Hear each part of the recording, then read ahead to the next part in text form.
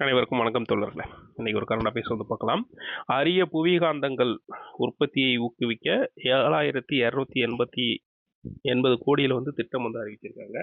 இந்த அரிய புவிகாந்தம் அப்படின்றது என்ன அப்படின்னா, இது எதற்கு பயன்படுது அப்படின்னு சொல்லி பார்த்தோம் அப்படின்னா, மின்சார வாகனங்கள், விண்வெளித்துறை, மின்னணு சாதனங்கள், மருத்துவ உபகரணங்கள் மற்றும் பாதுகாப்புத்துறை உபகரணங்களில் இந்த அரிய புவிகாந்தங்கள் பயன்படுத்தப்பட்டு வருகிறது.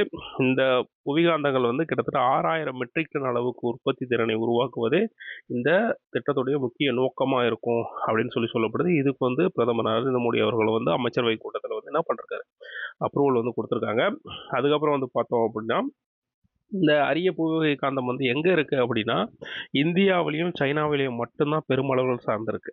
ஓகேங்களா. சீனா அண்மையில் என்ன பண்ணிட்டாங்க அப்படின்னா, இந்த அரிய புவி வகை காந்தத்தை ஏற்றுமதி செய்யறதுல சில கட்டுப்பாடுகளை விதிச்சாங்க. இதனால உலக அளவில் பார்த்தீங்க அப்படின்னா பற்றாக்குறை ஏற்பட்டது. இதனால இந்தியா எந்த அளவுக்கு பாதிப்படைந்தது அப்படின்னு சொல்லி பார்த்தோம் அப்படின்னா, வாகனம் மற்றும் மின்னணு சாதன உற்பத்தியில பாதிப்பை எதிர்கொண்டது அப்படின்றது ஒரு முக்கியமான தகவல். நன்றி.